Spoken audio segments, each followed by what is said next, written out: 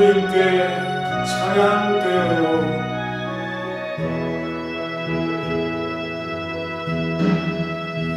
시간 주님께 찬양 드려요. 가장 귀한 것은 주 앞에 드려요. 나의 마음에 넘치는 사랑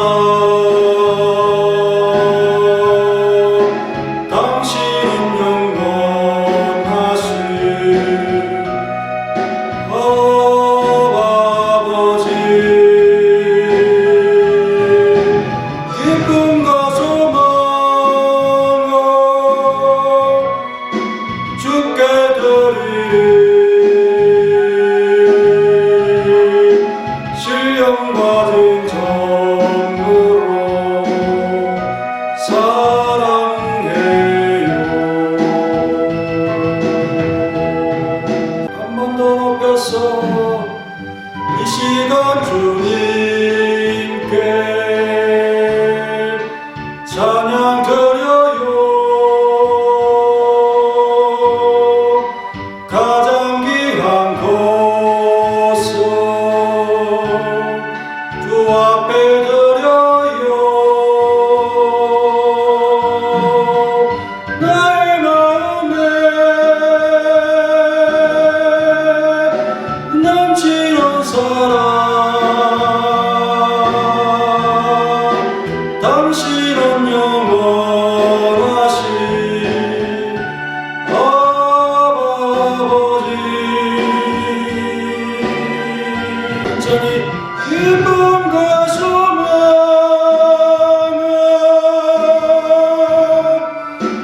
주께 드리리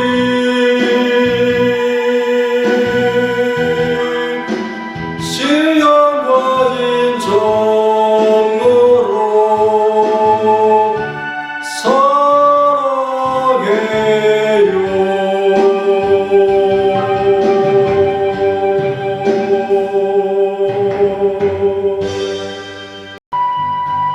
372장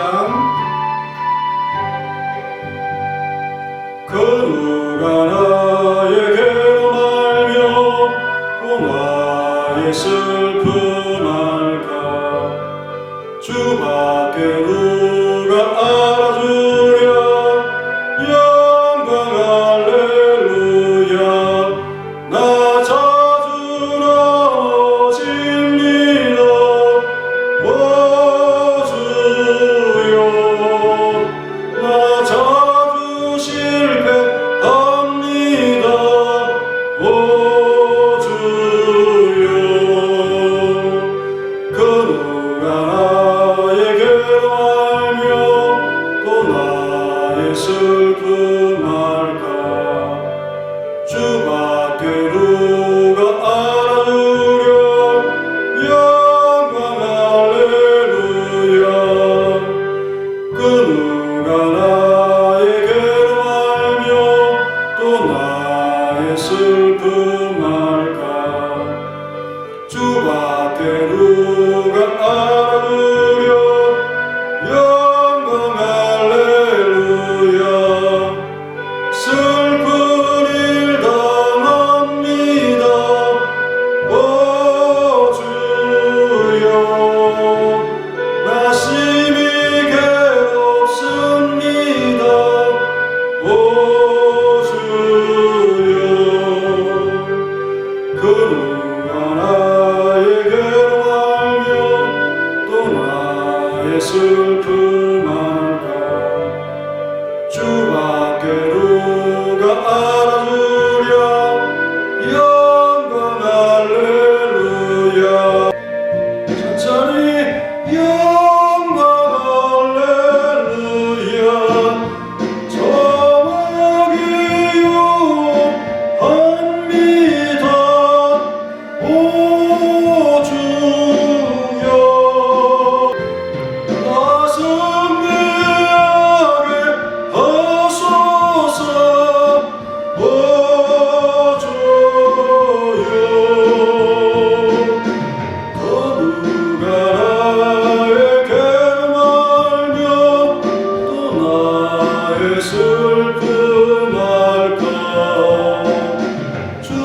밖으로 나주랴 영광 할렐루야.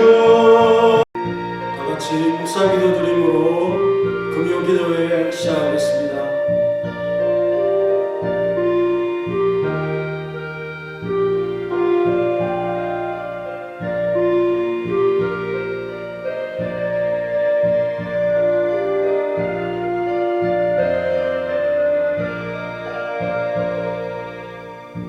하나님 감사합니다.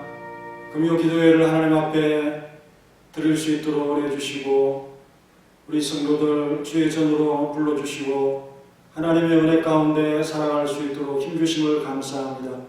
오늘도 말씀을 묵상하며 주를 경외하며 영광 돌리며 주를 위한 시간을 쉬지 않도록 도와주시고 영적 전쟁에 있어서 교회와 나라와 하나님의 영광과 뜻을 위한 기도를 쉬지 않도록 그리하여 모든 시험에 있어 이기고 시험을 물리칠 수 있는 힘과 담대함을 얻을 수 있도록 이 시간도 함께해 주옵소서. 온 교회를 위하여 항상 기도하며 주를 영화롭게 하는 모든 자들이 되게 도와주옵소서. 예수님의 이름으로 기도하옵나이다. 아멘. 찬송가 375장 하겠습니다.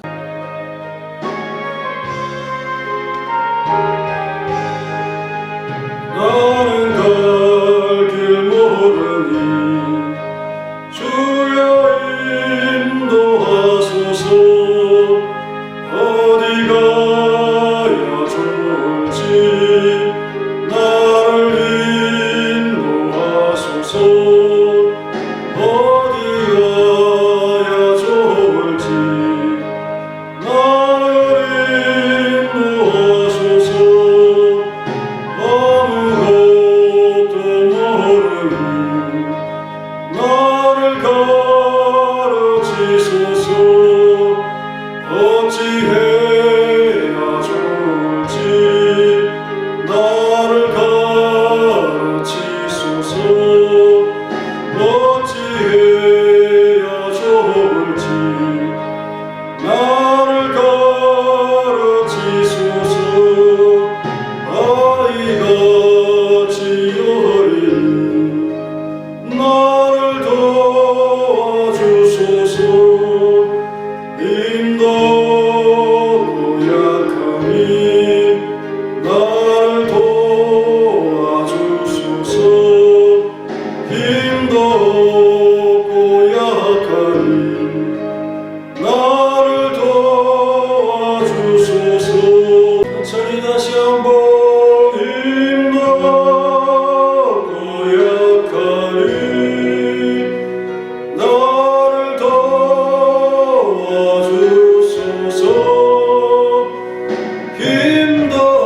힘없고 약하니 나를 도와주소서.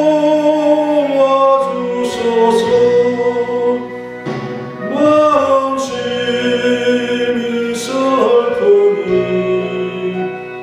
나를 위로하소서. 어지없이 다니니 나를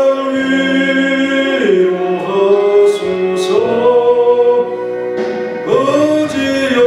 어지없이 다니니 나를 위로하소서.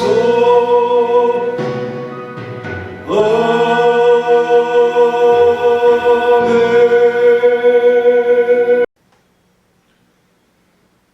오늘 말씀은 마태복음 26장 71절로 74절까지 보겠습니다. 앞문까지 나아가니 다른 요종이 그를 보고 거기 있는 사람들에게 말하되 이 사람은 나사렛 예수와 함께 있었도다 하매 베드로가 맹세하고 또 부인하여 이르되 나는 그 사람을 알지 못하노라 하더라. 조금 후에 곁에 섰던 사람들이 나와 베드로에게 이르되 너도 진실로 그 도당이라 내 말소리가 너를 표명한다 하거늘 그가 저주하며 맹세하여 이르되 나는 그 사람을 알지 못하노라 하니 곧 닭이 울더라. 375 74장 나의 믿음 약할 때 나의 믿음 약할 때에 주 알고 뜨네 마귀 나를 깨일 때에 주 알고 뜨네 나를 붙드네 나를 붙드네 사랑하는 나의 주 나를 붙드네 우리 구주 아니면 서지 못하네 나의 사랑 식을 때 주 알고 뜨네 나를 붙드네 나를 붙드네 사랑하는 나의 주 나를 붙드네 나를 기모시고 항상 붙드네 구원 얻은 사람을 항상 붙드네 나를 붙드네 나를 붙드네 사랑하는 나의 주 나를 붙드네 세상 먹으려 나를 붙드네 나를 붙드네 사랑하는 나의 주 나를 붙드네 너의 영혼 약할 때에 주가 붙드네 길을 알려서으니 주가 붙드네 천천히 나를 붙드네 나를 붙드네 사랑하는 나의 주 나를 붙드네 나는 그 사람을 알지 못하노라는 제목으로 본문의 말씀을 상고한 후에 다 함께 기도하도록 하겠습니다. 베드로는 교회에 영향을 주는 위치에 있었기에 그의 실수나 패배는 심각한 상황을 초래하게 될 수도 있습니다. 그러나 우리 주님의 대처는 아주 민첩했다고 봅니다. 사흘이 걸리지 않는 그러니까 안식일이 지난 바로 다음 날 부활하셨죠. 그리고 40일 동안 사도들이 본래 이상의 구실적 역할을 할 수 있도록 결집시키고 성천을 하셨다고 그렇게 관찰이 됩니다. 긴 시간은 그 상처를 키우고 더욱 조장할 수 있는 염증과 같죠. 그래서 베드로와 같이 높은 곳에 서 있는 사람일수록 더욱 자신을 조심해야 하는 것. 왜냐하면 그런 사람이 높은 곳에서 떨어질 때, 그 지위에서 떨어질 때 그 피해가 계속해서 연달아 올 수 있기 때문입니다. 베드로는 그 시험의 장소를 쉽게 벗어나지 못하고 주변을 배회했습니다. 그러다가 점점 몰리게 되는 상황을 초래했다라고 볼 수 있습니다. 물론 밖으로 빠져나갈 생각으로 문 가까이로 그렇게 나아가고 있는 방향은 관찰이 됩니다. 그래서 마가복음 14장 66절을 참고하면 안뜰에서 아랫뜰로 지금 내려왔습니다. 그래서 오늘 본문 71절에 암문까지 나아가니 다른 요종이 그를 보고 거기 있는 사람들에게 말하되 이 사람은 나사렛 예수와 함께 있었도다 하며 라고 했습니다. 베드로는 자신을 알리고 싶지 않은 마음에 자신이 주목되고 있는 그 곤란한 상황을 벗어나고 싶었지만 그렇게 되지 않았다는 것이죠. 한 여종의 주목으로부터 벗어나 다른 곳으로 갔지만은 또 다른 여종이 계속 주목하였고 이제는 여러 사람이 그를 주목하는 상황으로 악화되었다고 마태는 기록을 하고 있습니다. 한 소녀에게서 시작된 소문이 베드로가 대제사장의 집안 그 어디에 있든지 발각되게 했고 그를 보는 사람들이 점점 많아지는 현상까지 이렇게 되어졌다라고 기록을 하고 있습니다. 베드로는 그래서 말의 강도를 지금 높이고 있죠. 하지만 그럴수록 그의 죄는 더 커지게 되는 겁니다. 72절에 베드로가 맹세하고 또 부인하여 이르되 나는 그 사람을 알지 못하노라 하더라 라고 했습니다. 베드로는 나사렛 예수와 함께 있지 않았다는 것을 부정하기 위해서 알지 못한다고 했습니다. 그 말은 그가 나사렛 예수를 부정했다는 것이죠. 그리고 자신이 3년 동안 그와 함께한 그의 가장 아끼는 제자라는 사실에 대해서 묻는 것에 대하여 거짓말을 한 것입니다. 그리고 베드로는 그 거짓말의 진정성을 넣기 위해서 맹세하는 말을 덧붙였죠. 이것은 거짓 증언을 하는 사람들과 다를 바 없는 현상이지 않습니까? 나는 맹세하건대 나는 진정 그 사람을 알지 못한다 이렇게 얘기한 것입니다. 이 말과 달리 내가 그를 알았다면 정말 내가 그를 아는 자라면 그 거짓말로 인해서 나는 하나님의 벌을 피할 수 없을지도 모른다고 하는 바로 그런 맹세가 되는 것입니다. 이제는 한 비자가 아니라 한 여종이 아니라 여러 사람들이 베드로를 몰아붙이고 있다라고 73절에서 보여주고 있습니다. 조금 후에 곁에 섰던 사람들이 나와 베드로에게 이르되 너도 진실로 그 도덕이라 내 말소리가 너를 풍해만다 하거늘 이라고 했습니다. 베드로의 갈릴리 말투가 그의 고향이 그의 출신이 어디인가를 확실히 나타내 보인다고 하는 너의 말이 거짓말이다. 또 우리가 너를 추궁하는 그 말의 근거가 이것으로서 분명하다라고 그렇게 제시하고 추궁하고 있습니다. 그렇습니다. 그들이 알지 못하는 갈릴리 사람이 이 자리에 있는 것이 수상한 일은 아니죠. 그가 갈릴리 도닥인 것이 유력한 증거가 되는 거죠. 그 말에 베드로는 더욱 놀라지 않을 수가 없었습니다. 그래서 하지 말아야 할 말까지 지금 하고 있는 거예요. 74절에 그가 저주하여 맹세하여 이르되 나는 그 사람을 알지 못하노라 하니 닭이 곧 닭이 울더라. 그가 저주하여 맹세하여 이르되 나는 그 사람을 알지 못하노라 하니 라고 하는 거예요. 베드로는 간단한 부인으로 그 상황에서 빠져나올 수 없게 되자 맹세를 함으로써 그 제약을 가중시키고 있었다는 겁니다.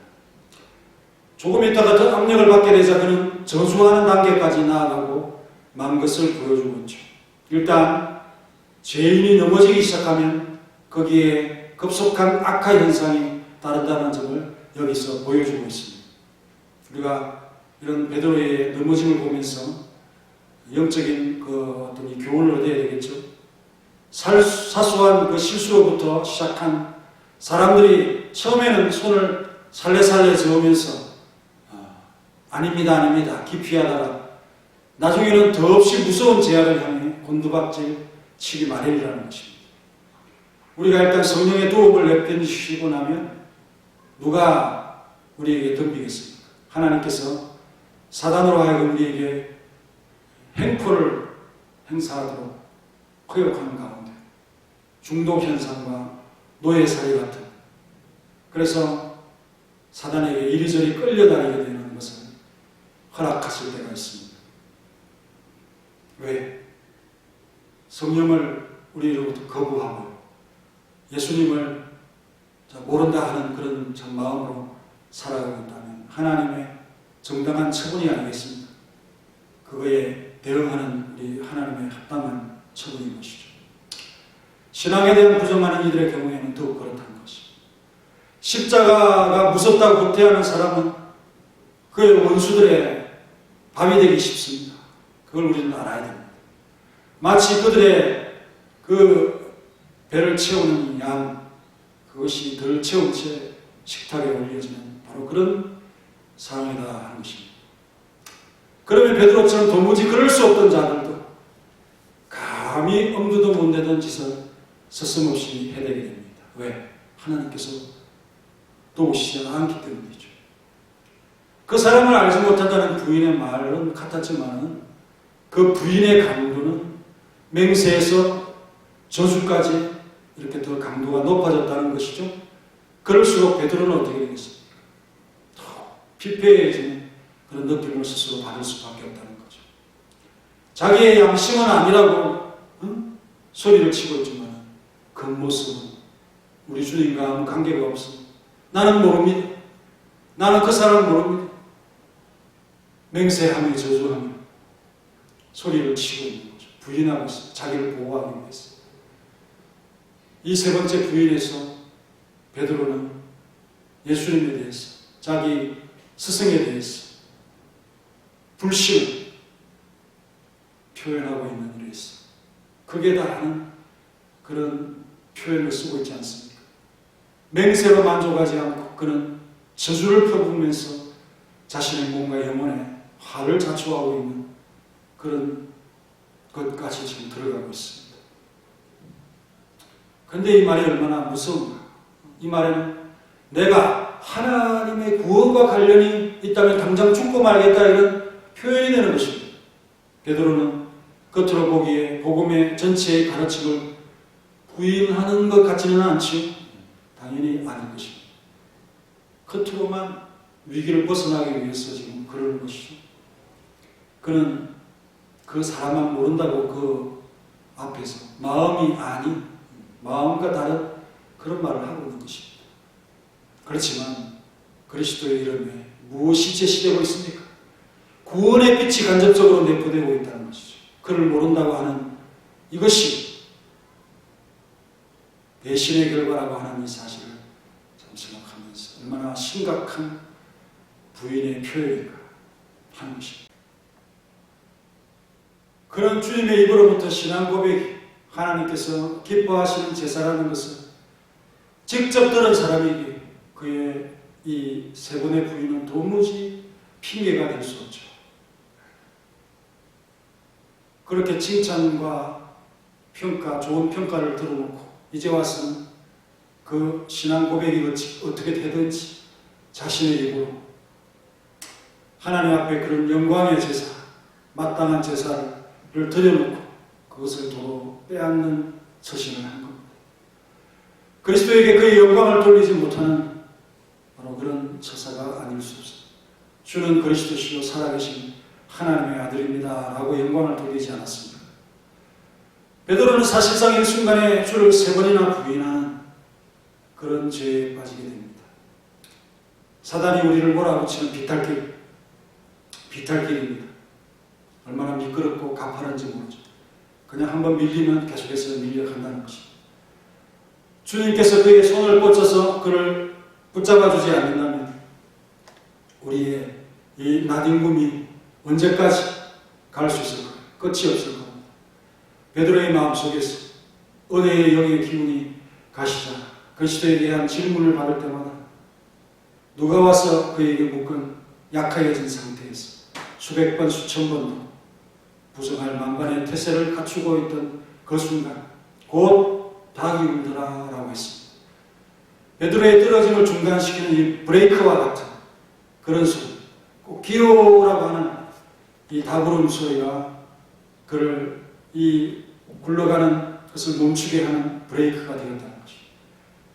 그렇지만 세 번이나 넘어진 것은 수치스러운 일이 아닐 수가 없었지만 주님께서 그를 용서하시고 그들이 더 공격을 펴지 못하도록 원수들의 입을 제어하시는 것입니다. 그러므로 주님께서는 날마다 사탄에게 재간을 물리고 있다, 우리에게 적용하기를 원합니다. 그렇지 않다면 사탄은 수없는 시험을 가지고 우리를 압도하고 갈 것입니다. 사탄은 힘이 있는 영적인 존재입니다. 우리를 제어해 주지 않고 도와주지 않는다면 계속 굴러갈 수밖에 없다 하는 말을 하고자 하는 것입니다. 그가 온갖 종류의 벼락을 우리에게 끊임없이 던지지만 주께서 우리의 연약성을 감안하시고 그 사단의 강포의 예봉을 꺾어주신다 하는 것입니다. 그렇지 않다면 무수한 시험에 쓰라린 공격을 몸소 당해야 한다 하는 바로 이것을 우리에게 가르쳐주고 있습니다. 이런 면에서 주님께서 100분의 1에 불과한 원수의 악한 생각 이상의 것이 우리에게 와닿지 않도록 하신다는 점에서 우리는 그의 자비의 영광을 돌려야 마땅한 것입니다. 하나님의 은혜로 우리는 이렇게 견디며 살아가는 것입니다. 그 공격의 예복을 꺾어주시고 약화시키는 것이죠. 그리스도께서 이런 구덩이에 빠진 제자를 치유하시고자 닭 울음소리를 들리게 했습니다. 여기서 그의 선하심은 더 빛나죠.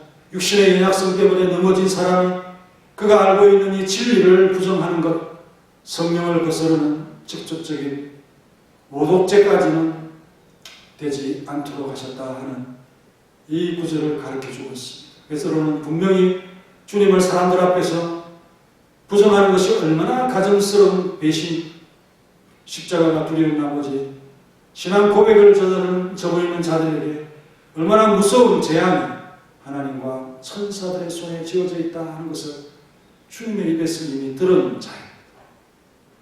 바로 조금 전에 그는 그리스도를 부인하는 것보다는 죽음과 고통을 택하겠다고 장담한 사람이었습니다. 다른 사람이 아니라 그의 입술로 직접 얘기했다는 거죠. 그는 모든 것을 알고 있었으며 충분한 경고를 받는 가운데 죄를 지은 것입니다. 하지만 우리 주님은 그를 긍휼히 여기시고 그의 용서를 해줍니다. 그가 악의에서 그런 게 아니라 약해서 죄를 지었다는 것을 감안해 주시는 것이죠. 베드로는 그리스도에게 비치고 있는 마땅한 충성을 누구 못지않게 바치고자 했지만 공포가 그의 올바른 소원의 불꽃을 꺼버리고 말았습니다. 공포, 두려움, 너희 하나님의 경외함으로 이길 수 있다고 했는데 그 공포감을 이기지 못하는 거죠.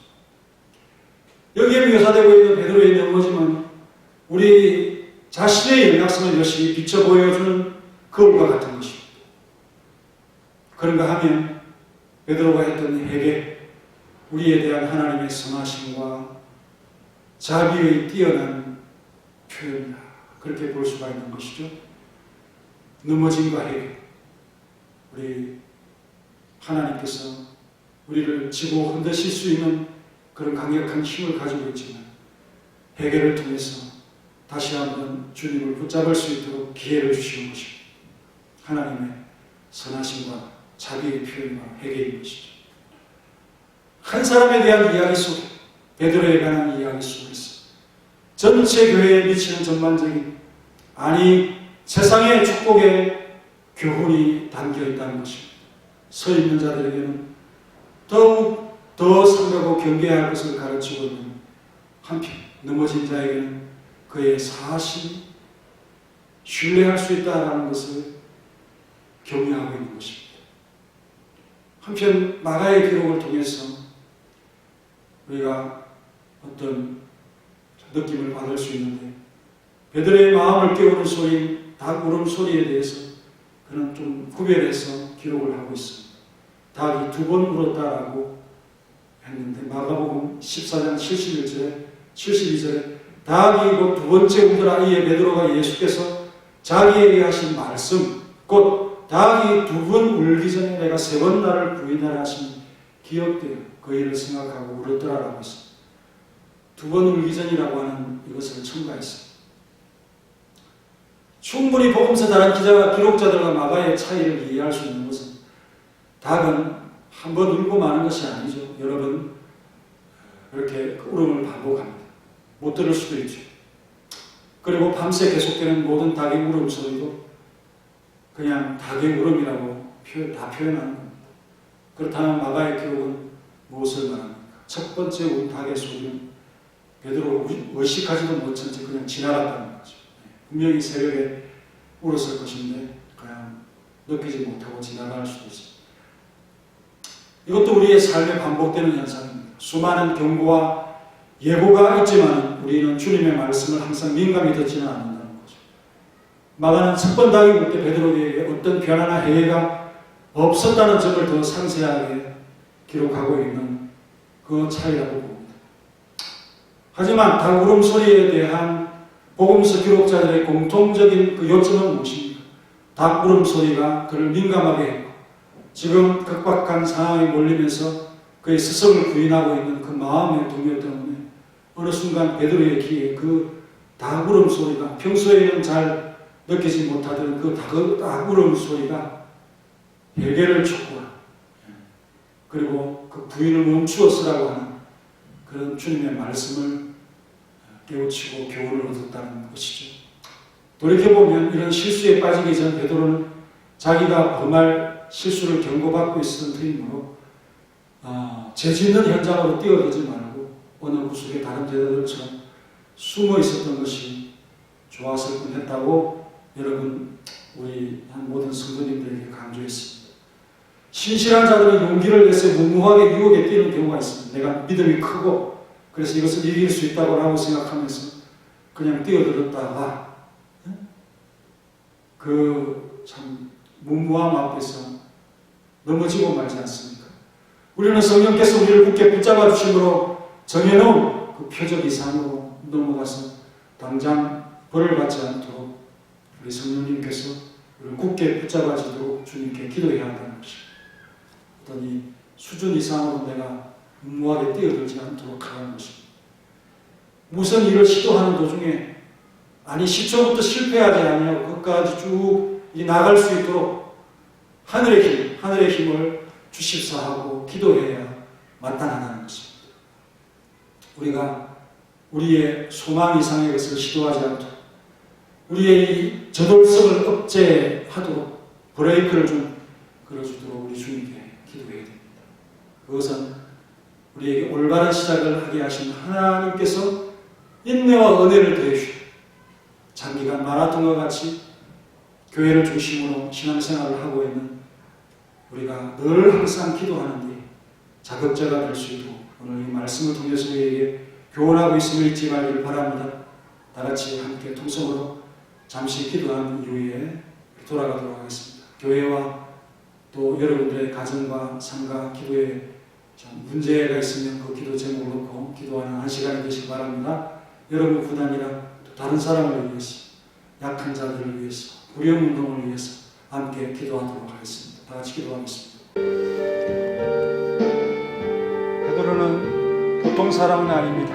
교회에 영향을 주는 자였습니다. 그래서 우리 주님께서는 제자들이 흩어지지 않도록 또 마음의 그 상처가 깊어지지 않도록 회복 불가능한 상황까지 가지 않도록 주님께서 성천하시기 전까지의 그 40일 기간을 유의 있게 봅니다. 베드로와 같은 위치에 있는 사람들은 특별히 자신만 넘어지는 것이 아니다. 교회에 영향을 미치는 것이다 하는 사실을 생각하면서 자신을 주의해야 함을 이 본문의 말씀을 통해서 항상 경계받는 삶이 될 수 있도록 도와주십시오. 베드로는 그 시험의 장소를 빨리 빠져나오지 않은 까닭에 그 시험의 강도가 더 높아지고 그리고 그것을 벗어나기 위해서 또 참 더 높은 강도의 주님을 부인하는 말을 3번이나 계속하게 됩니다. 그는 그곳에서 빠져나오고 싶은 마음은 간절했지만 주님을 그냥 내버려 두고 갈 수 없는 그 마음에 계속해서 배회하는 그런 모습을 취하였습니다. 그러다가 점점 그 죄가 커지고 부인하는 강도가 커지며 주님을 부인하는 일에 맹세까지 동원하고 저주하는 말까지 그렇게 표현하면서 나사렛 예수의 시부터 부인을 그와 함께했던 3년의 기간, 또 자신을 사랑했던 주님과 함께 있었던 그것까지, 그 거짓말을 참으로 진정성을 더하기 위해서 그는 참 하지 말아야 될, 또 하지 말아야 될 맹세까지 하고 있는 그런 모습입니다. 그러나 그가 예수님과 함께 하셨다는 그것은 참 그 사람들에게 더 많은 의구심에서 확실한 것으로 변해가고 있습니다. 그의 갈릴리 말에, 그가 갈릴리 사람이라는 것에 그 사람들은 확신을 가지게 되죠. 정말 주님께 그 이름 속에 담겨져 있는 하나님의 구원의 그 가르침까지, 교훈까지 저주함으로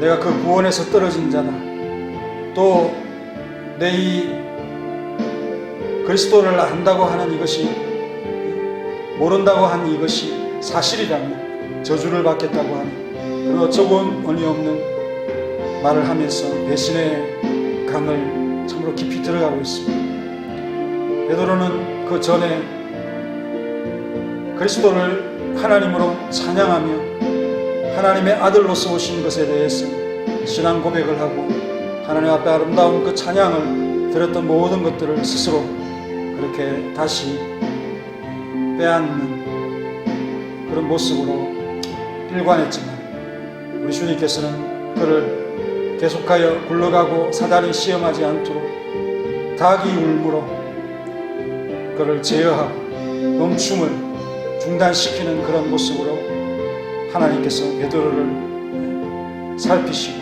은혜를 베풀으시고, 그래서 참으로 베드로의 넘어짐이라고 하는 것은 우리 모두에게 있을 수 있는 그런 일이지만, 또한 베드로가 했던 그 해결을 통해서 하나님의 선하심과 자비에 또 은혜에 이룰 수 있도록 우리에게 열려져 있다고 하는 이 사실 또한 우리가 항상 기억하면서 계속하여 굴러가지 않도록 하시는 하나님의 은혜를 깨닫게 하시고, 또 우리가 그의 경고와 말씀의 교훈들을 민감히 듣지 않아서 지나갔던, 지나쳤던 그러한 일들을 우리는 우리가 넘어지기 전에 다시 깨우쳐서 실패하지 않는, 처음에 그 초심의 길을 계속하여 끝까지 걸을 수 있도록, 상처받지 아니하는 순례의 길이 될 수 있도록 우리 주님께서 도와달라고 하는 그런 기도를 항상 할 수 있는 이 모든 사랑하는 성도들이 될 수 있도록 도와주시옵소서. 스마나 교회를 도와주시고, 또한 우리 모든 개전도회, 남전도회를 도와주시옵소서. 예수님의 이름으로 기도합니다. 아멘.